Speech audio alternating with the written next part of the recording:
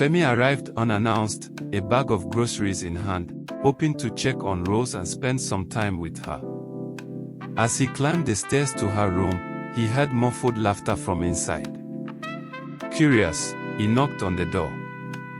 When Rose opened it, her smile froze. Behind her, Daniel was sitting casually on the bed, his feet up on the small table. The sight instantly put Femi on edge. Femi. I wasn't expecting you, Rose stammered, stepping aside to let him in. Clearly, Femi said, his eyes narrowing as he glanced at Daniel. Who's this? This is Daniel, Rose said quickly. He's just a friend. He lives nearby. Daniel, sensing the tension, stood up and extended a hand. Hey, I'm just keeping her company. Nothing serious. Femi ignored the gesture, his jaw tightening. Rose, can we talk? After Daniel awkwardly excused himself, Femi turned to Rose, his voice low and tense. What was that about? Why is he here? Rose sighed, sitting down on the bed. I get lonely, Femi. You're busy, and I have no one else to talk to. Daniel is just a friend, someone to keep me company. Company. Femi repeated incredulously. Rose, I brought you here to start over, not to entertain random guys in your room. It's not like that, Rose protested. I swear, there's nothing going on. I don't want to feel alone all the time. Femi shook his head, conflicted. This isn't what I expected from you, Rose. You need to figure out what you want because this isn't working for me. Femi left that night without saying another word, his footsteps echoing down the narrow hallway as the heavy door clicked shut behind him. The silence that followed was deafening. Nurse Rose sat motionless in the small apartment, her body rigid but her heart in freefall. Tears welled in her eyes, spilling over in hot, relentless streams as the confrontation replayed in her mind like a cruel melody. His words, sharp and unyielding, had cut through her carefully built defenses, exposing the raw vulnerability she had worked so hard to conceal. In that dimly lit room near the university gate, far from the familiar faces of Ayatoro, she felt utterly alone, more so than she had ever been. The next few days unfolded like a slow, suffocating punishment. Femi's absence was a void that swallowed her every thought. He had stopped visiting, his usual late afternoon knocks replaced by an unbearable stillness. His name never appeared on her screen. His voice never vibrated through the thin walls of her small haven. Rose reached out, hesitant at first, then with growing desperation. Calls went unanswered. Messages were met with cold silence. Each ignored attempt felt like a stone added to the weight, already crushing her chest. She understood, painfully so, that she had crossed a line. Her actions, though never born of malice, had blurred boundaries that Femi wasn't ready to forgive. She had offered him warmth, comfort, perhaps even affection, but in doing so, she had stirred emotions neither of them were prepared to navigate. And now, stripped of her role as Ayatoro's healer, jobless and adrift in an unfamiliar city, the consequences of her choices loomed larger than ever. Gone were the days when the clinic's walls offered her a semblance of purpose. Now, her world was reduced to the confines of a rented apartment, a modest space Femi had once filled with life and youthful charm. Without him, the room felt suffocating, the silence a constant reminder of what she had lost, or perhaps what she had never truly had. Rose wondered if she was destined to remain in this liminal space, caught between the echoes of her past and the cold indifference of an uncertain future. In the meantime, Daniel kept his distance, a quiet observer to the storm he had inadvertently stirred. His usual casual visits had ceased, replaced with an awkward avoidance that only amplified the emptiness in Rose's days. Though his intentions had never been malicious, Daniel could sense the weight of the fallout hanging between them, and his instinct was to retreat. He had admired Rose, perhaps even hoped for something more, but now he realized his presence had complicated things far beyond his understanding. So he stayed away, leaving Rose to navigate the wreckage of her emotions alone. Rose, in the stillness of her small apartment, was left to grapple with a relentless tide of guilt and regret. Each morning she would sit by the window, watching the university gate where students bustled past, their lives moving forward while hers seemed suspended in a haze of mistakes. She replayed every moment with Femi, their laughter, their long conversations, the warmth of his admiration that had once made her feel seen. But now, all she could feel was the sting of having let that bond fray under the weight of her own loneliness. The silence between them wasn't just about hurt feelings. It was a reflection of choices she had made without fully grasping their consequences. In those quiet hours, Rose confronted a painful truth. She had always craved companionship, seeking solace in fleeting connections that distracted her from the solitude of her existence. Yet, in her yearning, she had failed to see the depth of what she shared with Femi. His presence had been more than just a balm for her loneliness. It had been a genuine bond, built on mutual respect and an unspoken understanding. Now, faced with the prospect of losing that connection, she realized its irreplaceable value. The regret was suffocating, but within it flickered a fragile hope that perhaps, with time and humility, she could mend what had been broken. Determined to make amends, Rose knew she could no longer hide behind silence and regret. The weight of her mistakes had become unbearable, each day a suffocating reminder of what she had lost. She decided, with a newfound resolve, that she would confront Femi not with excuses or defenses, but with the raw truth of her heart. She would explain everything, even if it meant baring her soul, stripping away the careful facade she had worn for so long. It was not pride that urged her forward now, but the simple, desperate need to be understood. As she prepared for the inevitable meeting, Rose felt a tremor of fear, but also a strange sense of clarity. She rehearsed her words in the quiet of her apartment, pacing the small space, letting her emotions rise and settle. She would tell Femi of her loneliness, of the choices she had made out of weakness, not malice. She would confess how, in trying to fill the void within, she had almost destroyed the one connection that truly mattered. There would be no pretending, no evasions, just the unvarnished truth of a woman facing the consequences of her actions. Deep down, Rose understood that Femi might never look at her the same way again. He might choose to walk away, to protect himself from further hurt. But even if her apology did not mend what was broken, she owed it to him, to them, to speak her heart. For too long, she had sought refuge in fleeting affections, masking her vulnerability with charm. Now, standing on the edge of a fragile hope, she was ready to let go of all pretenses. It was a terrifying thought, but also a liberating one. This time, she would not run from her truth.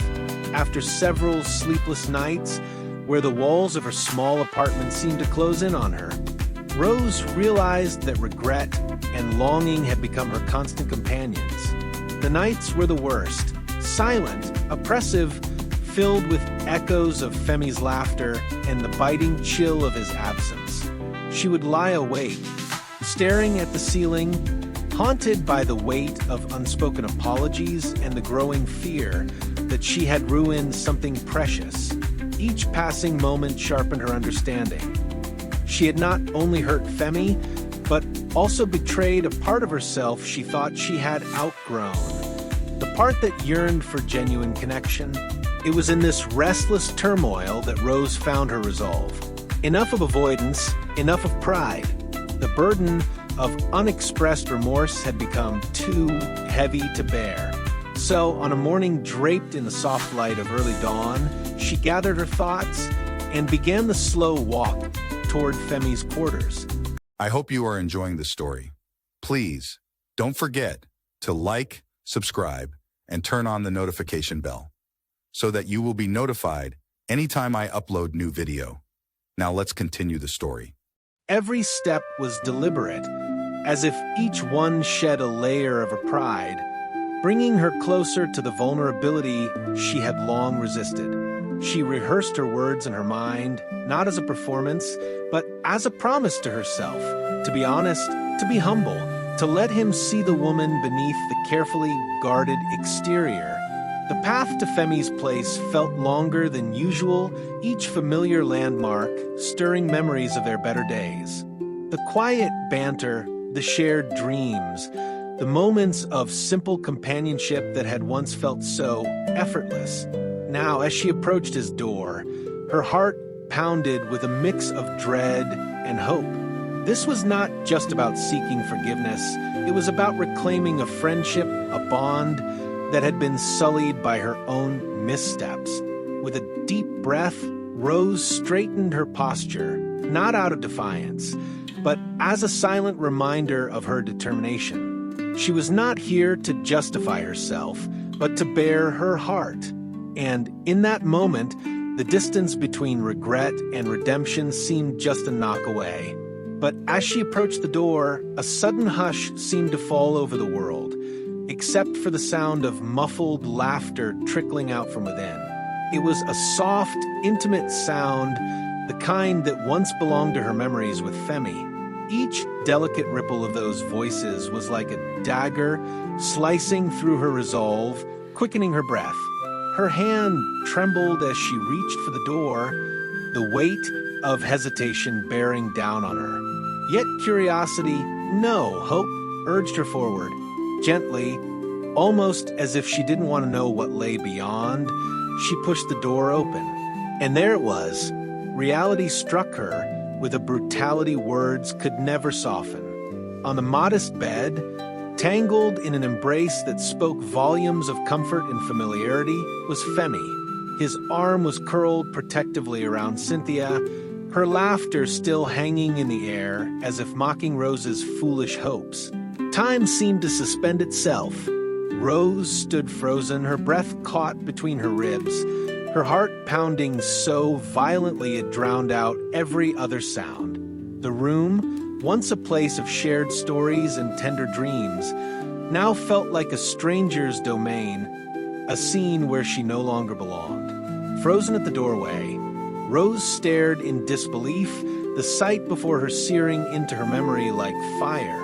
Her breath caught in her throat, as if her lungs had forgotten how to work. The walls felt like they were closing in, the air thick with humiliation. Cynthia turned first, startled, clutching the bedsheet instinctively to her chest, her wide eyes meeting Rose's in a moment that said more than 1,000 words. Guilt, surprise, discomfort, it was all there, etched across her face like a confession. Femi reacted next, springing to his feet with a haste that reeked of panic. Rose, he began, but the sentence choked halfway out. His hands reached toward her as though he could erase what she had seen, as if there was still room for explanation or mercy. But it was too late. The damage had already settled deep in Rose's chest, splintering something delicate and vital. The image, Femi's bare chest, Cynthia's flushed face, the dim intimacy of the room, had pierced Rose's heart with precision words never could. She stood still for a heartbeat longer, trembling as her pride and pain collided in her chest. Then, without saying a word, she turned and fled. With a quiet dignity born of sheer will, Rose turned away. No outburst, no accusations, just a silent retreat, her tears blurring the path ahead. Each step away from that doorway felt like a surrender, yet also a reclaiming of her self-respect. The pain was raw, visceral, but beneath it simmered a grim clarity. She had come to bare her soul, but fate had laid its own bitter truth bare instead. As she fled into the embrace of the city's indifferent streets, her heart shattered, not from betrayal alone, but from the cruel reminder that sometimes the past cannot be repaired, no matter how earnestly we try. Her footsteps echoed in the hallway like the beat of a wounded drum. She didn't stop to wipe her tears. They streamed down freely, warm against her cheeks. Her vision blurred, but she didn't care. She just needed to get away. Away from Femi. Away from the betrayal. Away from the cruel twist of fate that brought her here not to heal, but to break her completely. The next few days were a blur for Rose. Long, gray stretches of silence broken only by the occasional knock on the door or the rustle of wind through her open window. She didn't eat. She barely moved from her bed. The room, once her haven, now felt like a prison built from regret. Her body ached, her limbs heavy with exhaustion, but it was her heart that bore the heaviest weight. A silent, unrelenting ache settled deep in her chest, pressing down with the force of all the choices she wished she could undo. She stared at the ceiling for hours, her mind drifting through memories like fallen leaves in a slow-moving stream. Femi's smile, his voice, the playful jabs, the stolen glances, all of it haunted her, not just because it was gone, but because she'd helped ruin it. The betrayal, sharp and cruel, was made worse by the gnawing sense that she had somehow invited it. Maybe not by her actions alone, but by the confusion she carried into every connection, the loneliness she tried to fill in too many places. She had always believed she was in control of her world, her image, her emotions. But lying there, sleepless and shattered, Rose realized how fragile her strength truly was. The mask she wore for the world had cracked, and beneath it was a woman struggling to reconcile the healer with the broken soul who had needed healing all along. Her neighbors noticed her absence, subtle at first, but growing more apparent with each passing day. The woman who once greeted them with a tired smile and kind words was now unseen, her curtains drawn tight against the world. Curious knocks on her door were met with silence, until eventually she forced herself to rise, to answer, if only to stem the growing whispers. "I'm just tired," she would say, her voice a faint echo of its usual warmth. Her eyes, however, betrayed her, a shadowed gaze that spoke of wounds far deeper than mere exhaustion, the kind of tiredness that sleep could not mend. But by the third day, her charade crumbled. Alone in her dim apartment, Rose lay curled on her narrow bed, her breath shallow and labored. The ache in her head was relentless, a dull throb that blurred thought and memory into one hazy, oppressive weight. Sweat clung to her skin, yet she shivered as if gripped by an unseen frost. Every bone, every joint protested her very existence, a cruel rebellion of body and spirit. She had weathered storms before, but this was different. This was a quiet, consuming unraveling. That was the day Femi came knocking. The sound was soft at first, almost hesitant, as if he too was uncertain of his welcome. Then, with growing urgency, the knocks echoed louder, reverberating through the empty rooms like a plea. Rose, cocooned in her fevered haze, barely stirred. But somewhere beneath the weight of her sickness and heartbreak, his presence stirred an old ache, a memory of laughter, of promises, of a fragile bond she had once believed in. Femi was here, despite everything, whether it was guilt, pity, or something more she didn't know. But he had come, and in that moment, the barrier of pride that had kept her isolated began to crack. Outside, Femi shifted from foot to foot, clutching a bag of oranges and a small bottle of honey. His heart was heavy, riddled with guilt that had grown heavier with each passing day. Cynthia's embrace hadn't dulled the ache he carried for Rose, it had only confused him more. Now, standing before her door, he realized the depth of the wound he had helped inflict. "Rose," he called gently, pressing his forehead against the wood. "Please talk to me." No reply. He tried the handle, unlocked. Slowly, he stepped inside. The air was stale, thick with the scent of sweat and something medicinal left and used. The curtains were drawn, casting the room in a dim gray light. Then he saw her, curled up on the bed, barely moving, her skin pale and clammy. "Rose!" he gasped, dropping everything and rushing to her side. He knelt beside the bed, pressing his hand to her forehead. It burned. Panic seized him. In that moment, all the confusion, the flirtation, the pride, everything fell away. What remained was fear and regret. He had come to apologize, but now, kneeling beside the woman who once held his heart with such quiet strength, he realized how much she meant to him. Not as a fantasy, not as a fleeting desire, but as someone irreplaceably real and terribly human. "Don't leave me," he whispered, holding her hand as if it could anchor her to this world. "Please, Rose, don't go." Rose opened her eyes weakly, her voice barely audible. "What does it matter, Femi? You have Cynthia, just let me be." Her words carried the weight of pain too deep for tears. They weren't laced with anger, just quiet resignation. The voice of a woman who had given too much of herself to too many and finally had nothing left to hold on to.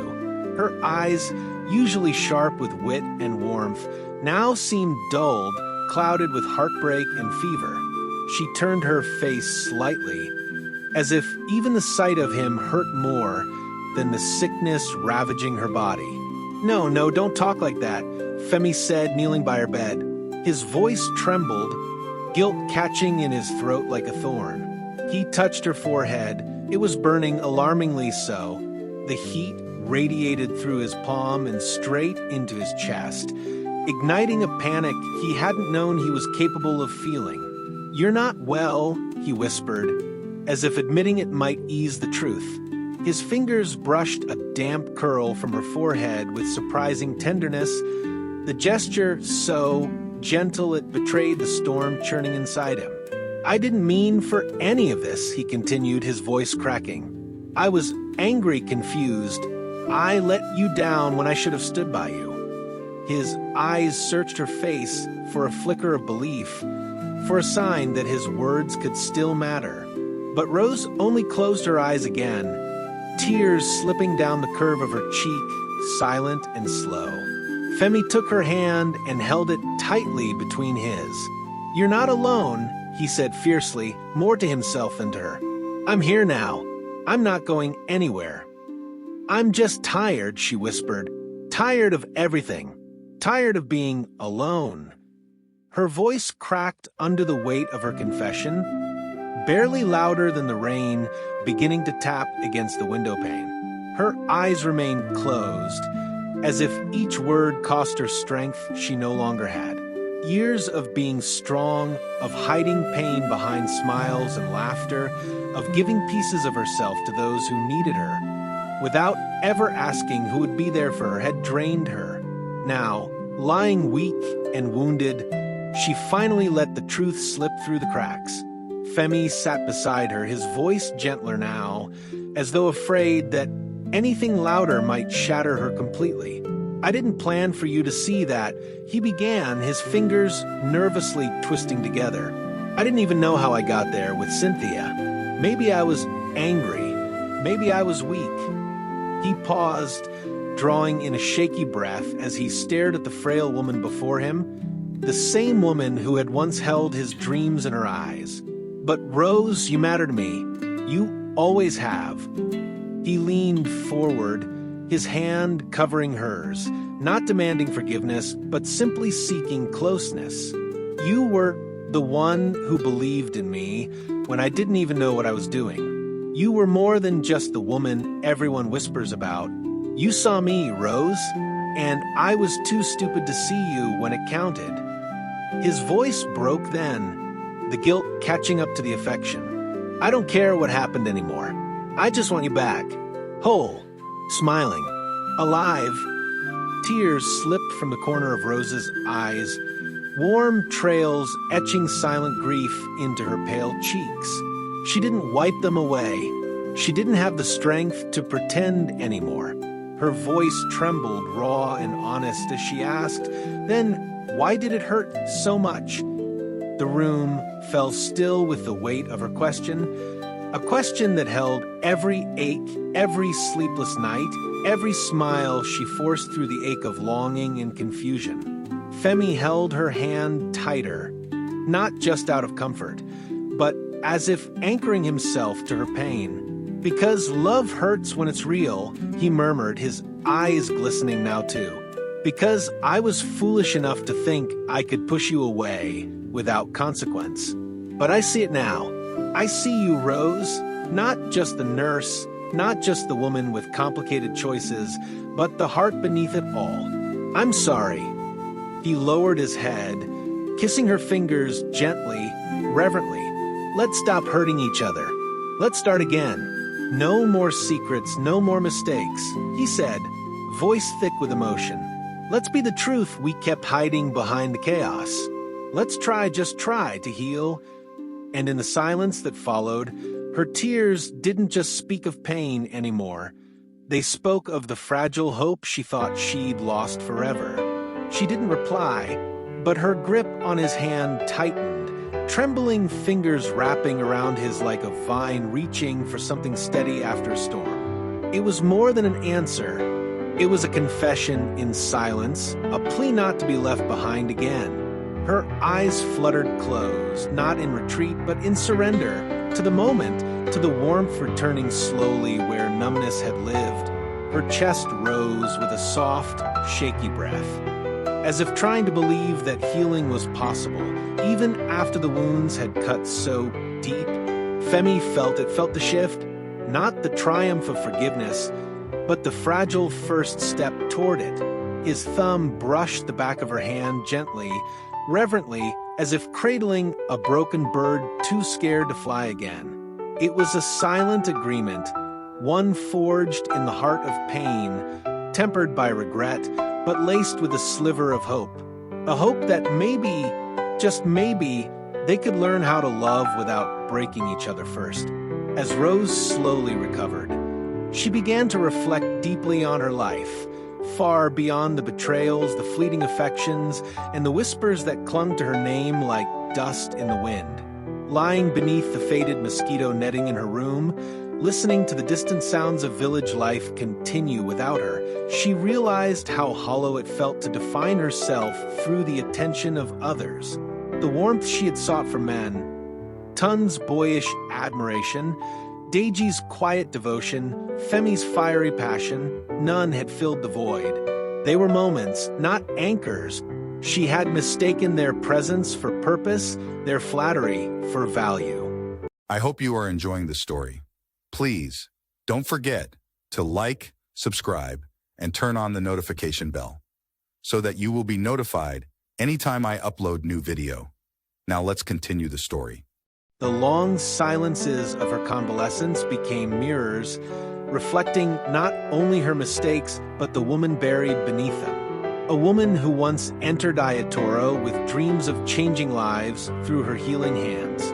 A woman who believed in compassion and strength, who once looked in the mirror with pride, not shame. She understood now that clinging to people was not the way forward. She needed roots deeper than affection, a reason to rise each morning that had nothing to do with who might love her, while Femi stayed supportive, bringing her simple meals in bowls still warm, adjusting her pillows, sitting quietly beside her when she didn't feel like speaking.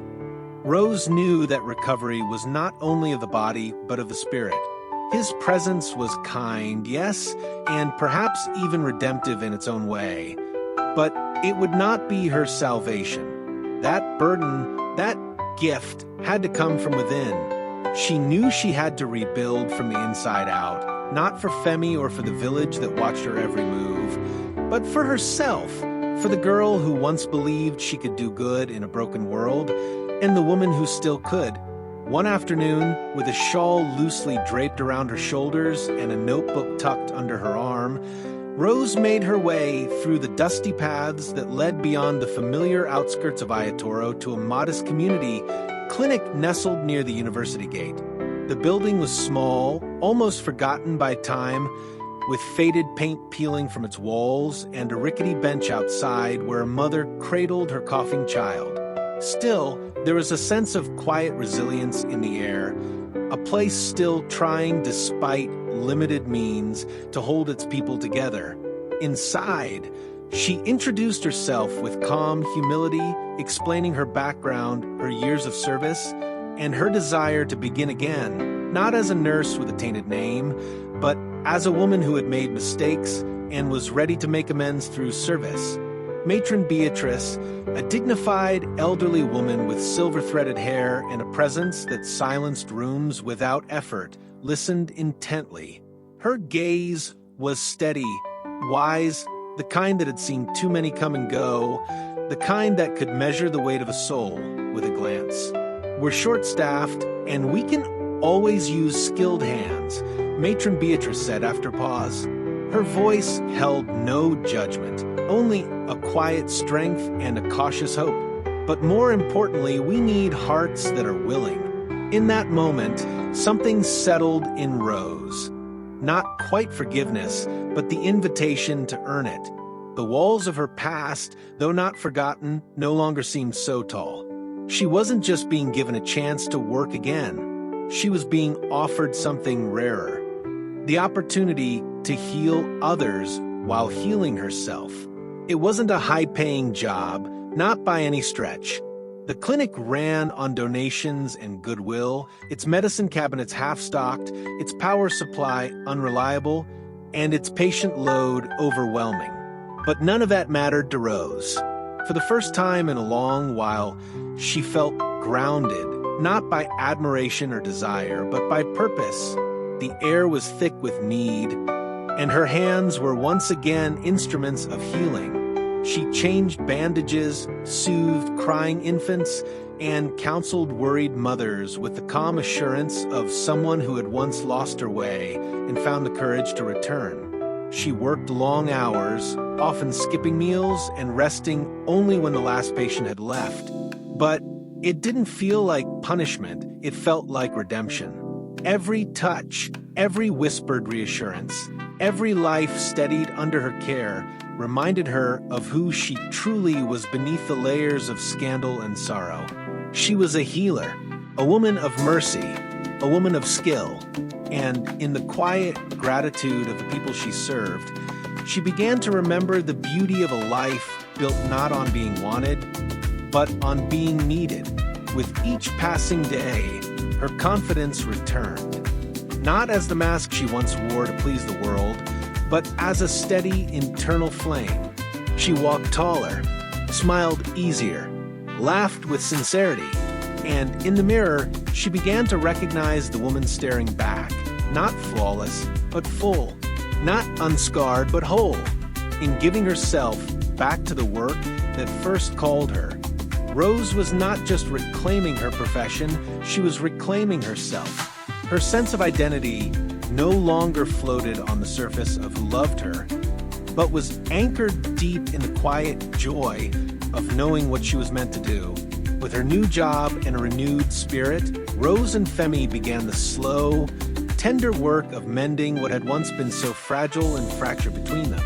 They approached each other with more caution now. Not the fearful kind, but a careful reverence born from pain and understanding.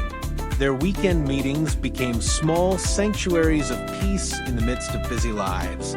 Sometimes they would cook together in silence, the clinking of pots and the aroma of stew filling the space between their few meaningful words. Other times, they sat under the mango tree near her compound, talking for hours, not just about love, but about life, dreams, and the quiet truths they had been too afraid to share before. Rose no longer needed Femi to complete her. She had discovered how to stand again on her own. But she welcomed his presence like sunlight breaking through morning mist, gentle, warm, and no longer blinding. Femi, too, had changed. The impulsiveness that once defined him had softened into thoughtful patience.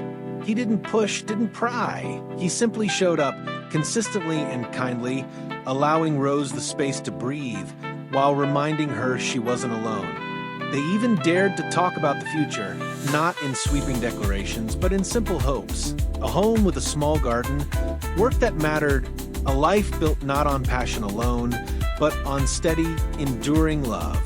For the first time in months, Rose felt something genuine growing between them. Not the dizzying infatuation of their first days, but something quieter, something rooted, real, and strong. And as she smiled across the dinner table at Femi one evening, her heart fluttered. Not with uncertainty, but with peace. She was happy, not because everything was perfect, but because she was finally free to be whole. But the city had its own temptations, its own shadows that lingered even when one tried to walk in the light. Cynthia, still carrying the sting of rejection and the bruises of pride, refused to fade quietly into Rose's past. Her bitterness had not dulled, it had only grown sharper with time. And while Rose was rebuilding her life, Cynthia seemed determined to remind her that redemption was never easily earned. Thanks for watching today's story. I believe you enjoyed every bit of it all. Now I want you to do me one favor, subscribe to this channel, like and turn on the notification bell if you have not done so that whenever I release my next video, you will be notified immediately. See you soon.